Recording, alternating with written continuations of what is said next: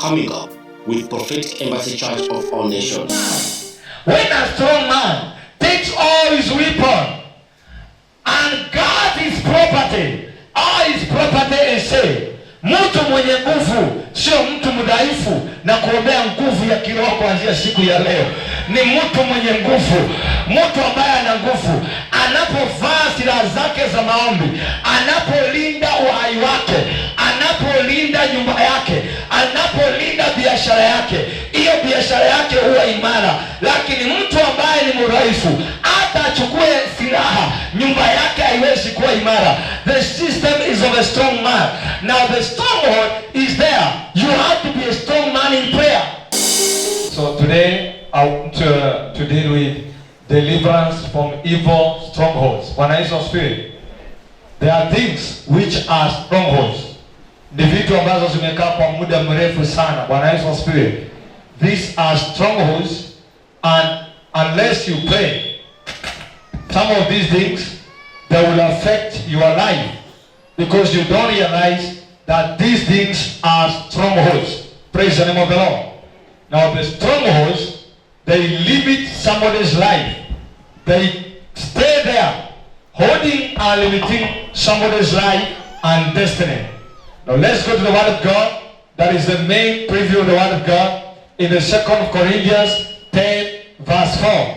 And we shall go on with today's word. 2 Corinthians 10 verse 4. Yes. Inasema hivi. Maana silaha za vita vyetu si za mwili. Because the weapons of our warfare are not by flesh, bali zina uwezo katika Mungu hata kuangusha ngome. but they have power in the Lord, Verse 5. even to bring a stronghold down. They are weapons of the Spirit, weapons of warfare that are able to bring down strongholds. What are strongholds? Strongholds are strong from the word strong. Now listen here.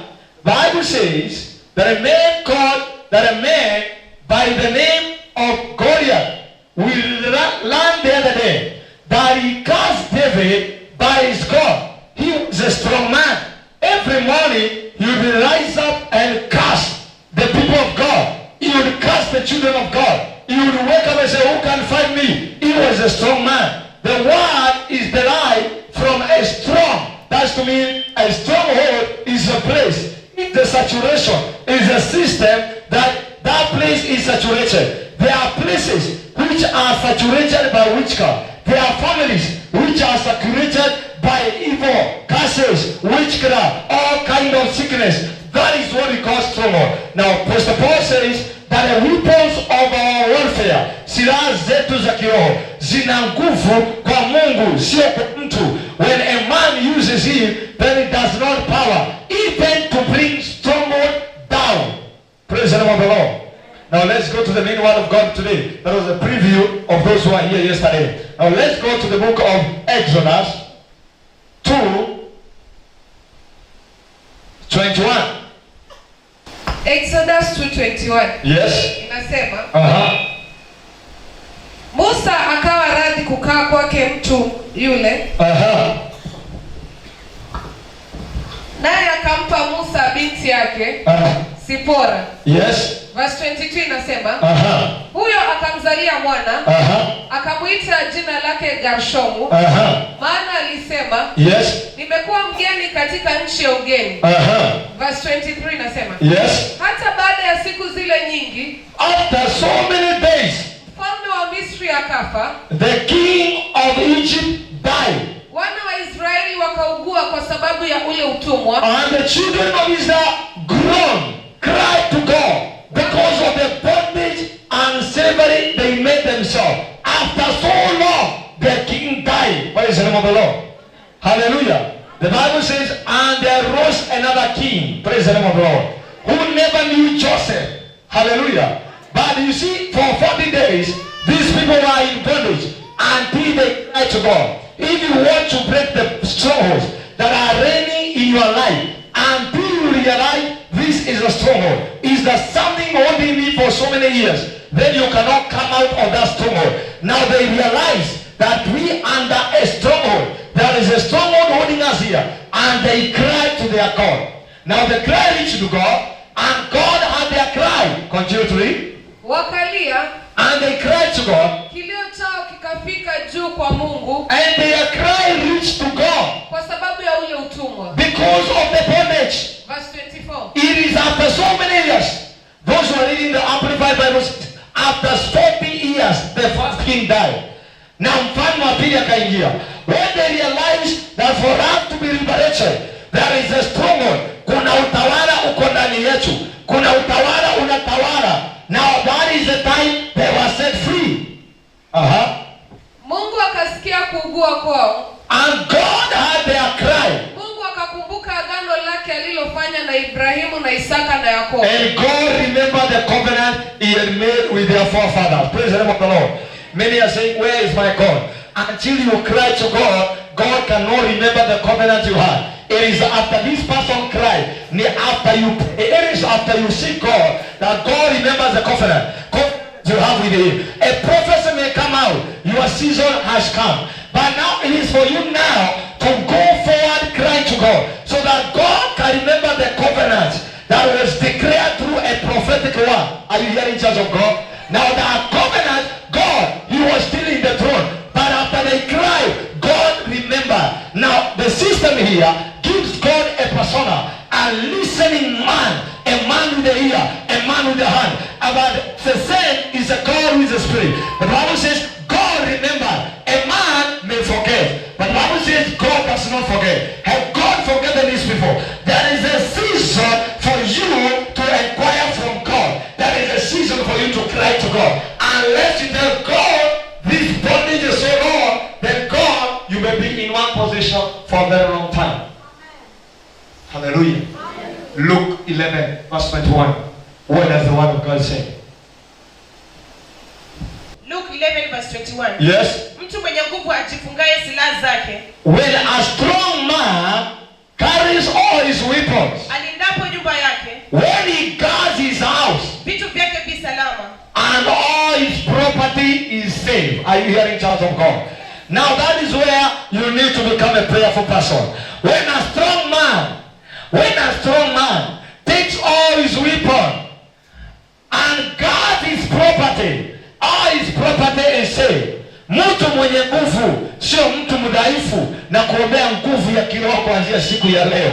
Ni mtu mwenye nguvu, mtu ambaye ana nguvu, anapovaa silaha zake za maombi, anapolinda uhai wake, anapolinda nyumba yake, anapolinda biashara yake, hiyo biashara yake huwa imara. Lakini mtu ambaye ni mdhaifu, hata achukue silaha, nyumba yake haiwezi kuwa imara. The system is of a strong man. Now the stronghold is there. You have to be a strong man in prayer. Hallelujah. Hallelujah. You are hiding there, other people are fasting. You are doing yourself injustice. Are you hearing, church of God? You are doing yourself a historical injustice. Praise the name of the Lord. Because the Bible is so clear that a strong man, well, that is to me, when you are a strong man, when you are strong, that means even if you are tired, a demon sent to you cannot access your body. Hallelujah. It cannot access your body. If a strong man, after a tune of child, it cannot access your body. That means that there are strongholds fighting, but yourself you have to raise your level in prayer. Praise to the name of the Lord. Psalm 89 verse 40. Psalms 89 verse 40. Umeyabomoa maboma yake yote. Umeyabomoa maboma yake yote. Umezifanya ngome zake kuwa magofu. Ninatangaza kuanzia siku ya leo, kila ngome imejinua kinyume na wewe, watu ambao wanatumia nguvu za uchawi, katika jina la Yesu Kristo, ni kuna lazima wewe uweze kuwa mtu ambaye ako very strong. Kama kuna madhabahu unaangusha katika familia yako, if there are altars you are bringing down in your family, you must be a very strong man.